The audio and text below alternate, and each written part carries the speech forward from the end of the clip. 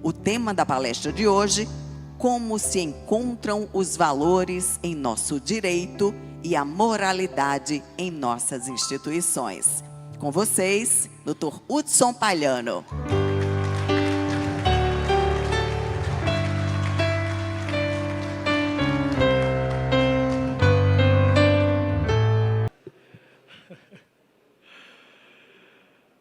Meu querido amigo Coronel Hélio,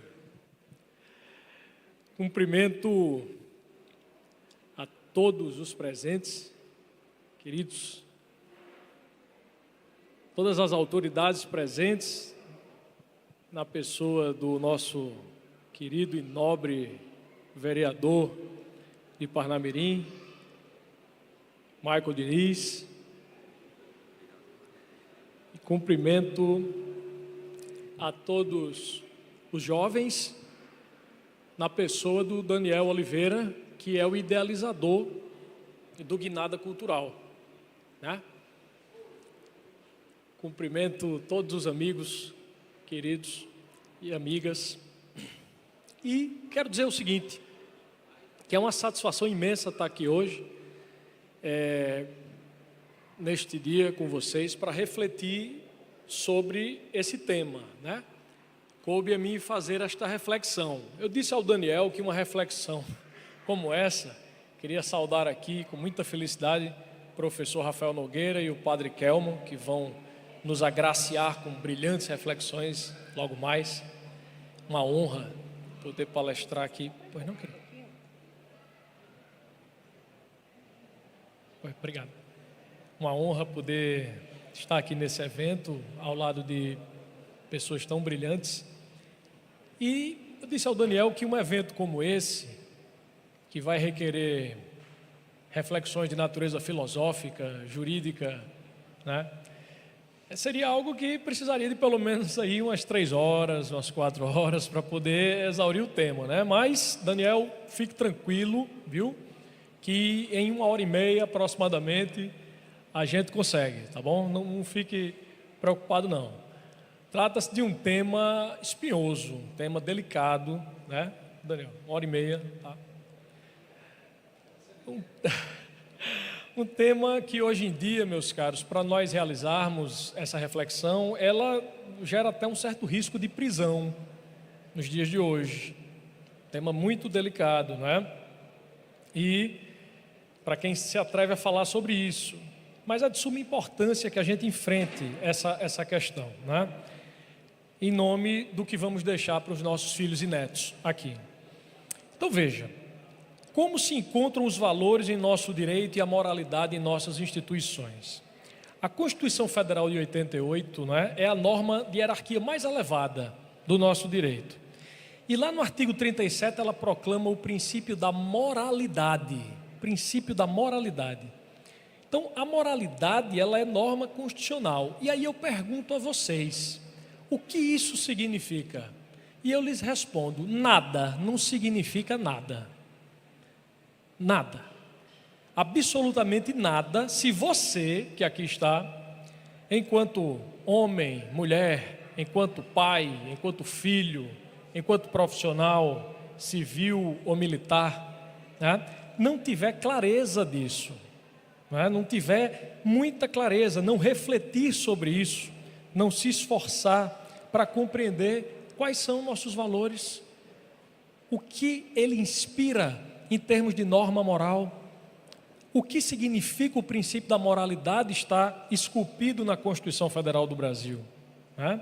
Então, observa-se que desde os primórdios, desde a antiguidade, né, a humanidade, as tribos, os agrupamentos humanos, as sociedades complexas, sempre desenvolveram códigos de conduta para disciplinar a vida em sociedade, né? Códigos decorrentes das nossas convicções, dos nossos valores, códigos religiosos, Padre Kelmo, para deixar claro o que era que deixava e o que não deixava cada um de nós em comunhão com Deus, e códigos jurídicos de observância obrigatória. Então, o professor Miguel Reale, que foi com justiça um dos maiores juristas do mundo, né, também grande filósofo, um dos principais expoentes do culturalismo jurídico brasileiro, uma das principais contribuições do Brasil ao mundo, lamentavelmente muito detratado, muito mal falado nas academias jurídicas nacionais por razões que os senhores imaginam e nós vamos adiante mencionar. No livro O Futuro do Pensamento Brasileiro, professor Olavo de Carvalho, apresentava o Miguel Reale como sendo uma das 4 nascentes do pensamento brasileiro. O pensamento jurídico de Miguel Reale, o pensamento sociológico de Gilberto Freire, o pensamento filosófico de Mário Ferreira dos Santos e o pensamento historiográfico, professor Rafael Nogueira, e literário do Otto Maria Carpo.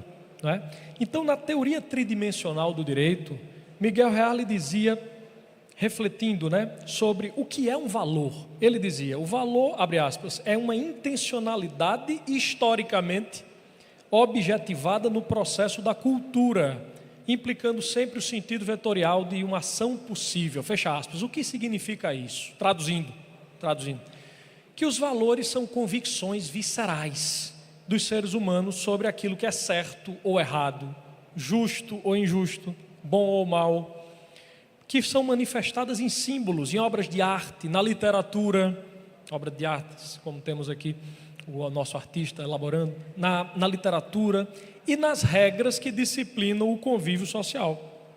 Ou seja, se expressam na cultura de um povo, balizando dessa forma quais são as prerrogativas e quais são as obrigações que cada um de nós tem em relação ao outro. Os valores, ou seja, são essas convicções que nós temos, também chamadas de princípios morais ou sentimentos morais, que é o objeto de reflexão da ética enquanto ramo da filosofia, sendo a filosofia a ciência da universalidade, como dizia José Ortega y Gasset na obra O que é a Filosofia, e nos ajuda muito nessa compreensão. Então, desta forma, as normas morais são cumpridas pela compreensão que cada um tem acerca de sua importância e que gera felicidade em cada um de nós ao cumpri-las, sem precisar que uma sanção estatal seja nos ameaçada para que você venha cumprir. A norma moral não precisa disso. Por isso você diz assim, rapaz, fulano de tal é muito ético. Significa o quê? Que ele observa muito claramente e cumpre as normas morais. No livro Teoria dos Sentimentos Morais, Adam Smith, muito conhecido como pai do capitalismo, pai do liberalismo, Adam Smith, muito conhecido pelo livro A Riqueza das Nações. Quando ele era vivo, ele era muito mais conhecido pelo livro Teoria dos Sentimentos Morais. E nesse livro Adam Smith vai dizer, abre aspas, não importa quão egoísta possa ser um homem, qualquer que se suponha, há evidentemente alguns princípios em sua natureza, em seu coração, que lhe trazem o interesse na sorte de outros homens e tornam a felicidade deles necessária a ele próprio, embora isso não lhe traga nada, exceto o prazer que concebemos vivamente pela imaginação. Entramos, por assim dizer, em seus corpos e nos tornamos uma só pessoa com eles, fecha aspas. Observamos então que a benevolência, a coerência, a compaixão, a solidariedade, a afeição moral pelos outros são valores que criam um sentimento moral. Como observava a brilhante professora norte-americana Gertrude Himmelfarb no livro Caminhos para a Modernidade, os iluminismos britânico, francês e americano. Esses valores representam, como dizia a professora, a base da ética social. Desse modo, meus caros, é importante destacar uma mensagem que um jovem chamado, não sei se conhecem, Nicolas Ferreira, todos conhecem?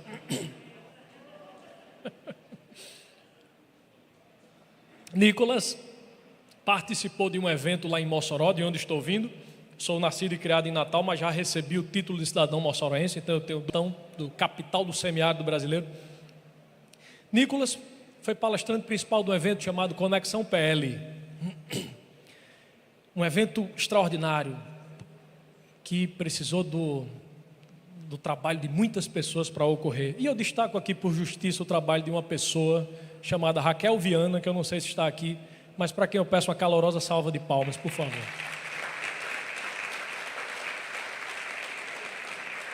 Não sei se você está aqui, Raquel, mas você... Primeira fila.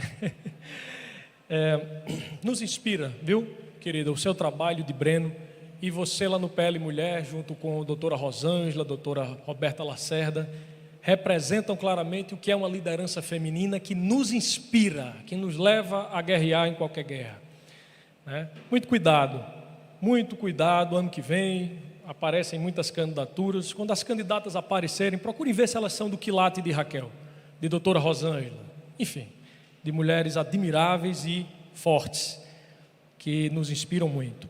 Muito cuidado. Com os candidatos militares, procure ver se são como General Girão, como Coronel Hélio. É preciso analisar aquilo que a pessoa professa e o que ela vive. E quem nos remete a isso é Aristóteles e Platão, e nós já lá vamos, daqui a pouco. Então, voltando para Nicolas, né? Nicolas lá em Natal disse o quê? Lá em Natal, lá em Mossoró. Quando Nicolas foi concluir o seu discurso, ele deixou uma mensagem para os jovens muito forte. Ele disse: você jovem que se identifica com valores eternos e que quer sim ser uma liderança jovem na sociedade, ou quer apoiar, inspirar lideranças jovens, viva os valores que você professa na prática. Disse ele lá na capital do Oeste, em Mossoró, o jovem deputado Nicolas, abre aspas, ele disse assim: um jovem que vê Madonna ou Anitta promovendo promiscuidade em suas declarações, eu não vou chamar de obra de arte, suas declarações, e que lamentavelmente se identifica com isso, ao porventura chegar perto delas e constatar que elas vivem o que pregam, eles não se decepcionam, mas ao contrário, passam a admirá-las cada vez mais. Dessa forma, se ao contrário delas você é um jovem, ou até um veterano como nós, né, mas jamais vivido, que se identifica com valores eternos, que possui senso moral, viva esses valores. Se você se identifica como conservador, viva isso, seja coerente, porque as palavras convencem, mas o exemplo arrasta. Fecha aspas. Conforme Aristóteles observava na obra Ética a Nicômaco, veja aí o paralelo entre Nicolas Ferreira e Aristóteles, que interessante. Aristóteles dizia na obra Ética a Nicômaco, abre aspas, a virtude moral é adquirida em resultado do hábito. Adquirimos virtudes morais pelo exercício. Então a virtude moral, a vida virtuosa é a moral, a norma moral vivida, colocada em prática no dia a dia da pessoa. Ou seja, vai se tornar virtuosa aquela pessoa que professar valores, que conhecer as normas morais pertinentes a eles, mas que sobretudo as concretizar em hábitos, costumes, condutas, ou seja, no seu comportamento que a pessoa tem na sua família, no dia a dia de sua família, mas também na igreja, Padre Calmo, mas também na escola, mas também na universidade, e também no seu ambiente de trabalho, no convívio social. Na obra clássica, lamentavelmente muito desconhecida no Brasil, chamada Da Democracia na América, Alexis de Tocqueville chama muita atenção para isso, observando que, abre aspas, os costumes eram uma das grandes causas gerais que podemos atribuir à conservação e êxito da República dos Estados Unidos da América. Olha que interessante. E ele diz, entendo aqui o termo costumes no sentido antigo, que os antigos atribuíam à palavra, enquanto mores, do latim, ou moer, em francês. Aplica-se não somente aos costumes propriamente dito, mas aqui poderíamos chamar de hábitos do coração. E esses hábitos são essenciais à conservação das instituições políticas, fecha aspas. Dessa forma, meus caros, a linguagem dos valores e das normas morais que os defendem e promovem, a linguagem dos valores e das normas morais que promovem tais valores é a linguagem que nós, pais, utilizamos com nossos filhos. Ao dizer para eles, meu filho, devolva a caneta do seu colega, devolva. E a criança, quando ele tem 4 anos de idade, e a criança pergunta, por quê? E você vai dizer, porque ninguém deve pegar o que é dos outros.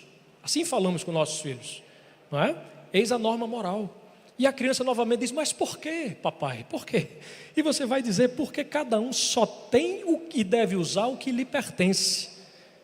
Você não ia gostar que alguém pegasse o que é seu e não devolvesse. Eis o valor moral em causa, não é? Qual seja a legítima propriedade de bens, que você ensina para as crianças desde pequeno, ou deve ensinar. Posteriormente, já com 8 anos de idade, o seu filho está brigando muito com os amiguinhos, com os irmãos, e o pai e a mãe o advertem sobre isso, e aí, padre, já usa, quem sabe, a linguagem religiosa também, dizendo: meu filho, o que está vendo? Isso não agrada a Deus. Jesus Cristo nos ensinou que devemos amar uns aos outros. Doutora Rosângela. Então, mas se a criança interpela e diz: não, mas eu estou fazendo isso para me defender, a norma moral volta ao diálogo, e você diz: muito bem, então realize o uso progressivo da força, não é? De maneira civilizada. Assim nós educamos as pessoas, com valores, com referenciais, não é isso?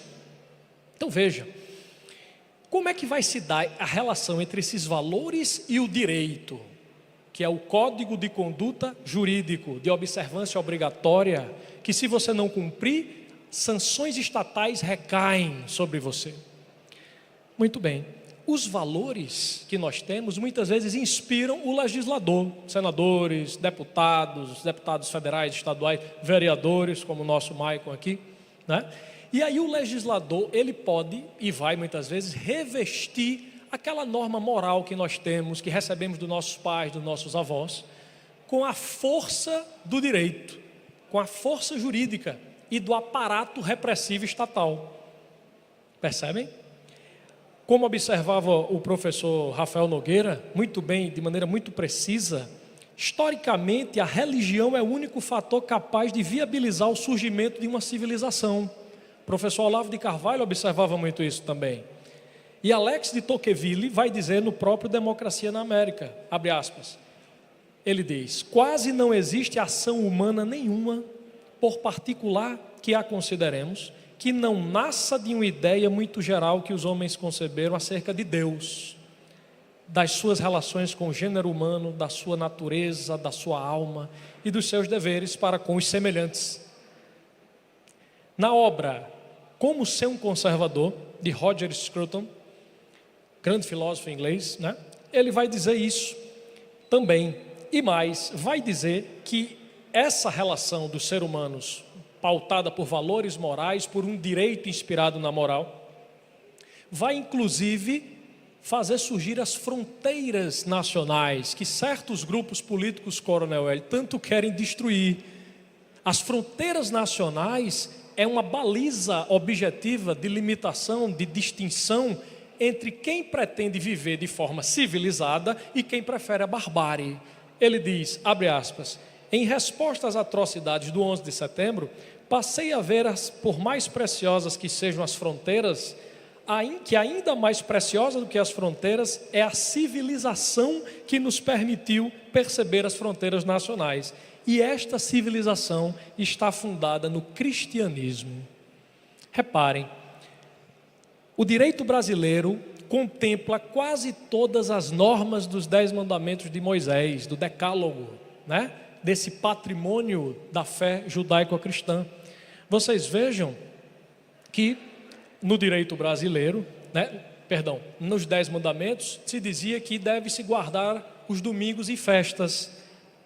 No direito brasileiro, o domingo é a regra de ser o dia de descanso, né? Nos 10 mandamentos se dizia para não matar. No direito penal brasileiro, matar é crime. Não furtar, lá nos 10 mandamentos, no direito brasileiro, furtar é crime também, não é? E temos uma série, portanto, de normas jurídicas de direito que são inspiradas nesse patrimônio axiológico, ou seja, patrimônio valorativo da moral e da religião. O próprio preâmbulo da Constituição brasileira diz o quê? Promulgamos essa Constituição sob a proteção de Deus. Mas é costume nós vermos o quê? Todas as vezes que ressaltamos a contribuição da religiosidade, sobretudo da religiosidade cristã, para o direito brasileiro, para as instituições brasileiras, aparecem aquelas pessoas histéricas, gritando que o Estado é laico, não é assim? Acontece que ser laico não é ser ateu. O Estado brasileiro é laico, ele não é ateu, não é? Estado laico é aquele que tem uma distinção das autoridades religiosas e políticas, o Estado ateu é aquele que não admite a manifestação religiosa.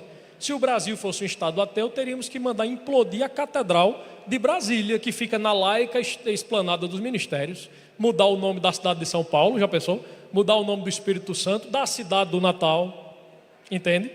Não faz nenhum sentido, e nós não podemos aceitar isso, porque uma sociedade pautada pela defesa da dignidade do ser humano, pautada pela liberdade de pensamento, pela democracia, pela prosperidade e pela paz, é uma contribuição desse legado cristão, como ressalta o historiador, professor Rafael Nogueira, Thomas Woods Jr., historiador americano, na obra Como a Igreja Católica Construiu a Civilização Ocidental. Thomas Woods Jr., historiador americano, graduado em História pela Universidade de Harvard e doutor em História pela Universidade de Colômbia. Chama atenção para isso. E nós, nessas horas, lembramos muito do nosso ambiente universitário acadêmico, não é assim?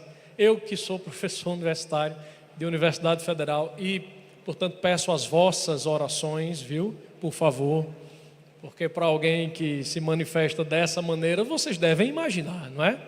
O que é que pode ocorrer e ocorre. Já há 11 anos já. Muito bem. Reparem, após a Segunda Guerra Mundial, em 1945, formou-se o Tribunal de Nuremberg para julgar os nazistas pelos crimes que cometeram contra judeus e outros povos. E esses réus nazistas diziam que não podiam ser condenados porque eles apenas cumpriram a lei alemã, aquelas atrocidades.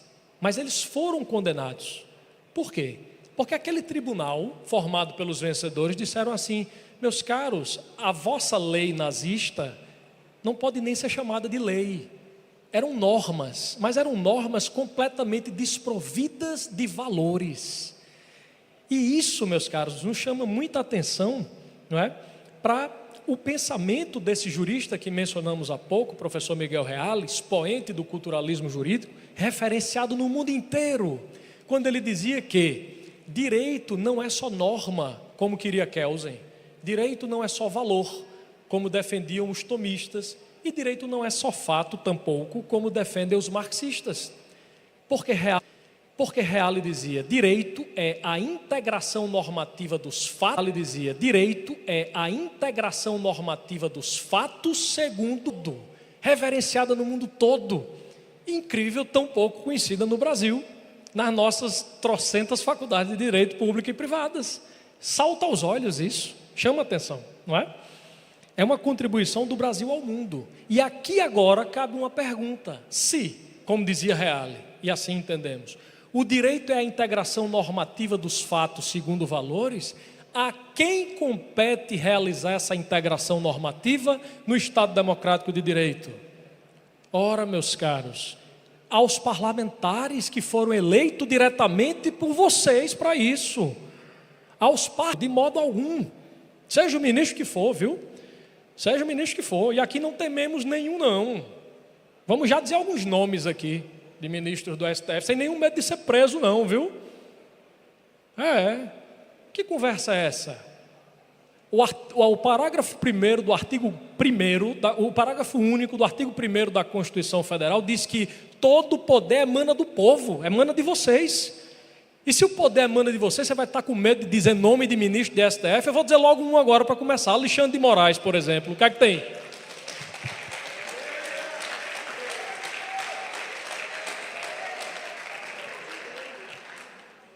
Não representa ninguém, Alexandre de Moraes. Ninguém.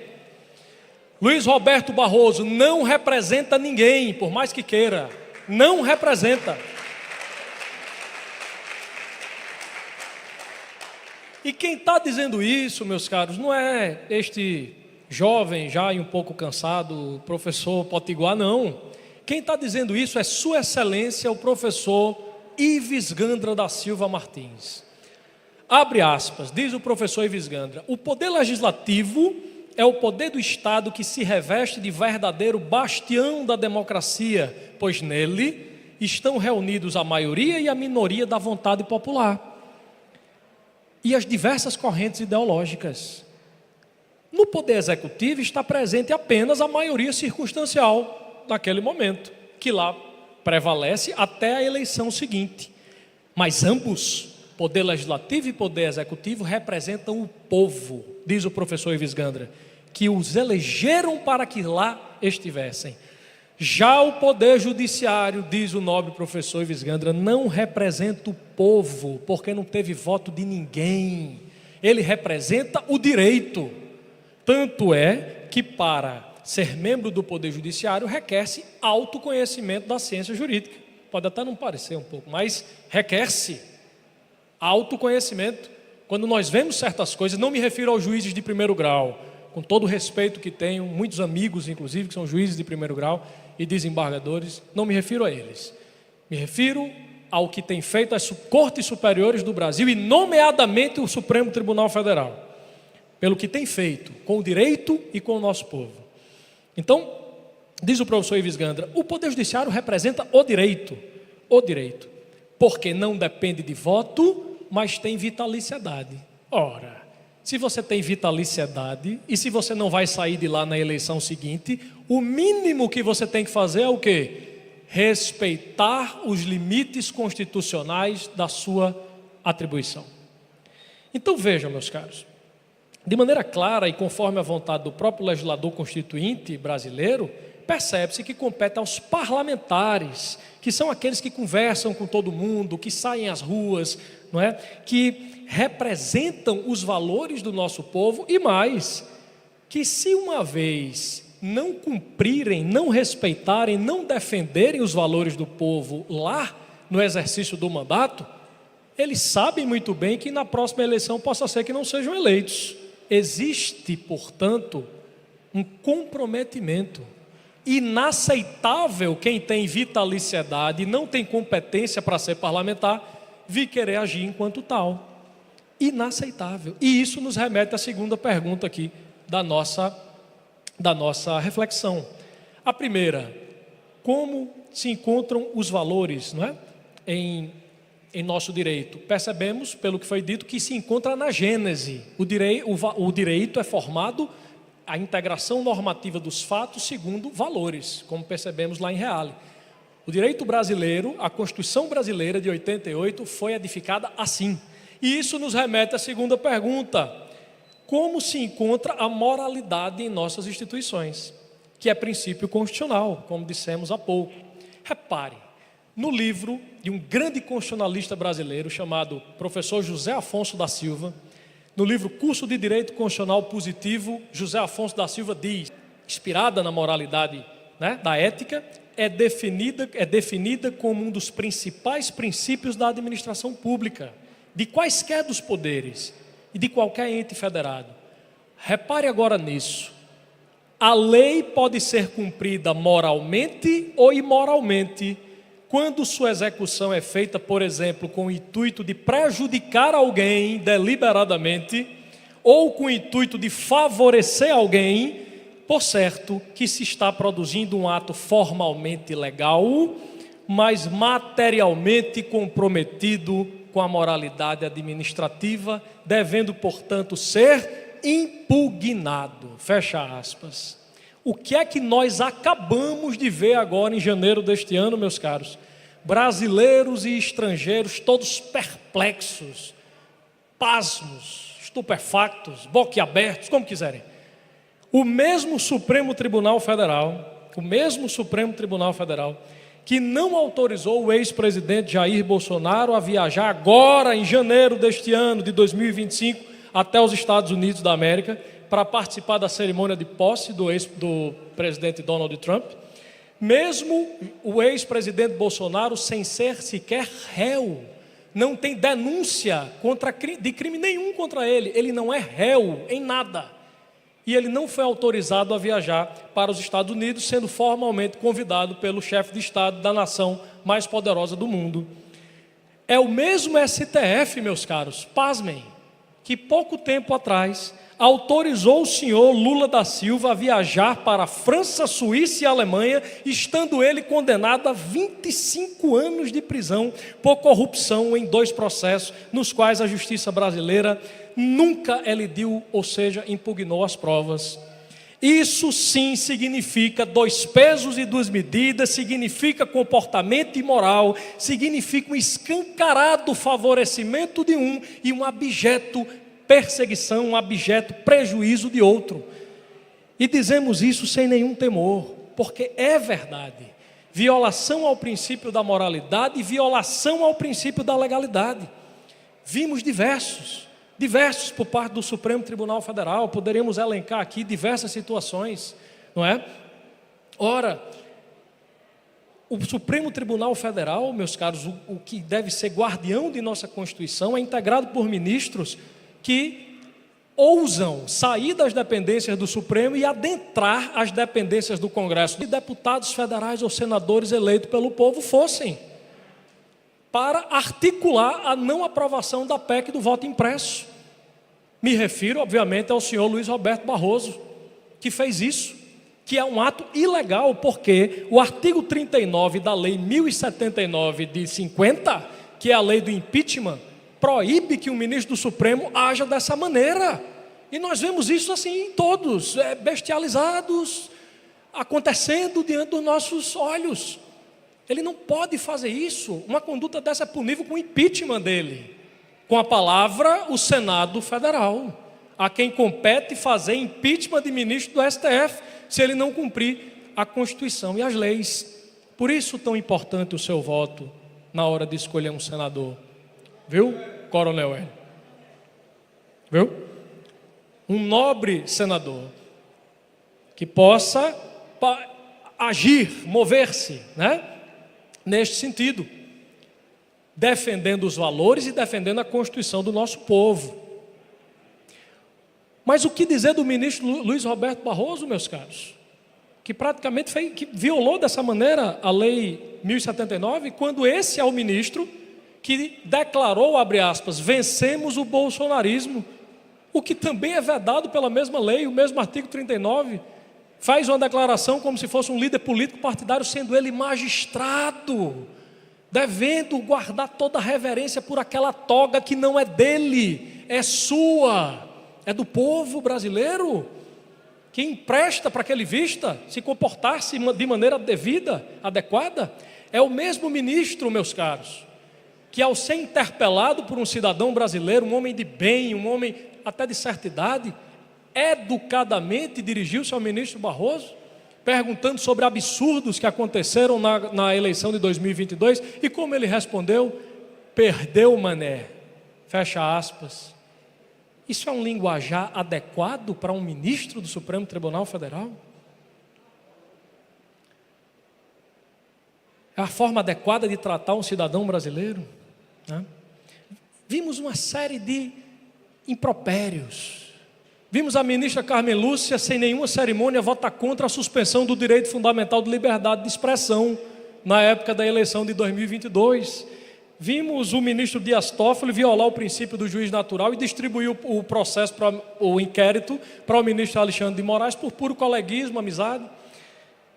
Vimos o ministro Alexandre de Moraes, então, esse nem se fala, não é? Tem nos imposto uma verdadeira agenda totalitária no Brasil, uma agenda totalitária, nos impôs um inquérito que deveria durar 10 dias, conforme a lei, o artigo 10 do Código de Processo Penal determina que o inquérito, senhores, deve durar 10 dias, se o réu estiver preso, ou no máximo 30 se estiver solto. E o ministro Alexandre de Moraes nos impõe um processo que já dura anos, 6 anos, e nós vemos tudo isso assim, dessa maneira.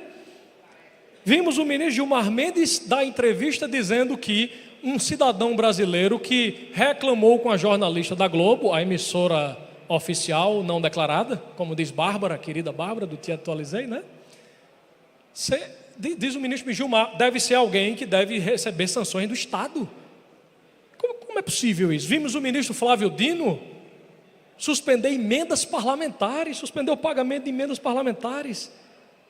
Enfim, é uma série de atos completamente assim, absurdos, inacreditáveis.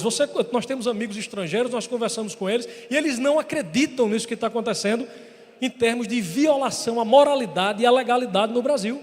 E por parte, paradoxalmente, desgraçadamente, de ministros da Suprema Corte. Muito bem. Isso causa perplexidade e alguns atos causam dor no coração. Acontecer tudo isso, presos políticos, jornalistas exilados, cidadãos brasileiros que não têm mais coragem de se manifestar nas suas redes sociais, causa perplexidade. Mas a condenação da senhora Débora dos Santos a 17 anos de prisão, sendo ela uma brasileira simples, uma cabeleireira, mãe de 2 filhos, dói. Dói no corpo e dói na alma de quem espera o mínimo de justiça em seu país. Quem olha para a situação do Brasil e vê que o senhor Clérison Cunha, o Clezão, morreu na Papuda, tendo a sua defesa jurídica, seus advogados, peticionado inúmeras vezes ao ministro Alexandre de Moraes, pedindo clemência para que aquele homem brasileiro, humilde, honesto, nunca cometeu crime nenhum, em estado grave de saúde, pudesse sair da prisão. Negado todos os pedidos, ele morreu na prisão. Isso dói, pessoal, isso dói. Principalmente quando você olha e vê que Sérgio Cabral, ex-governador do Rio de Janeiro, foi condenado a 400 anos de prisão e está livre, dando dicas de filmes. Recentemente vimos o vídeo, ele sugerindo filmes. Cinema, dicas de cinema. Isso dói. Políticos, empresários, políticos que foram condenados e confessaram seus crimes no âmbito da Operação Lava Jato e devolveram bilhões de reais, estão soltos. Soltos. Isso dói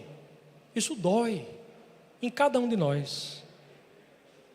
Nem Sodoma e Gomorra talvez tenham alcançado um nível tão baixo de conduta espúria como esse que nós vemos acontecer aqui. É talvez a fiel ilustração do paradoxo de Jouvenel. Na obra O Poder, a História Natural de Seu Crescimento, Bertrand de Jouvenel descreve, décadas atrás, essa situação que vivemos no Brasil hoje. Várias declarações de direitos que temos na nossa Constituição, com uma vivência do cidadão praticamente sem direito nenhum em face do poder político. Isso é triste. Muito triste. E o que acontece? Tínhamos ainda uma série de reflexões a fazer. Uma série, principalmente referente aos jovens, referente à música, como a música ajuda, na vida virtuosa. As palavras de São João Paulo II para que não tenhamos medo, para que enfrentemos, as mais diversas situações que nos oprimem. Mas, em razão do tempo, vamos encaminhar para as nossas conclusões, observando apenas o seguinte.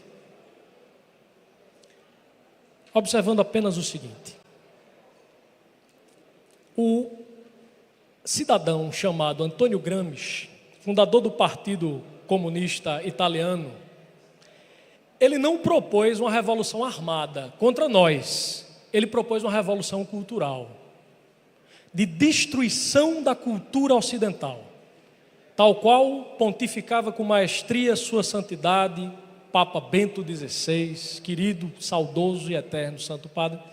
A cultura ocidental lastreia-se em 3 pilares: os valores judaico-cristãos, a lógica jurídica romana e a filosofia grega de matriz aristotélica. Pois bem, a revolução cultural proposta por Gramsci, que é o principal referencial teórico do Partido das Trevas. Veja as iniciais, Partido das Trevas, Esse que desgoverna hoje o Brasil, é precisamente destruir isso, a cultura ocidental através de uma revolução cultural.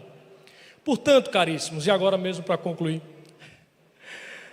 não será nada fácil. Nos custará muito combater e vencer essa guerra que travamos com os pés aqui no presente e os olhos no futuro. Mas valerá muito a pena nos dedicarmos a isso de corpo, mente e espírito, pois reconquistaremos a nossa liberdade, Deixaremos uma terra de justiça, paz e prosperidade para os nossos filhos e netos, na qual os nossos valores sejam respeitados, a nossa lei seja cumprida, e onde autoridade nenhuma, seja do poder que for, e muito menos do STF, que não foi eleito por ninguém, venha a se considerar superior ao mais simples e humilde cidadão brasileiro, tratando, a partir de então, com a devida deferência e consideração que ele merece. Isto é, sem dúvidas, algo pelo que vale muito a pena lutar, custe o que custar. Pois, como dizia Santa Teresa d'Ávila, grande doutora da igreja, é justo que muito custe aquilo que muito vale. É justo que muito custe aquilo que muito vale. Por toda a atenção de vocês, muitíssimo obrigado. Muito obrigada, professor.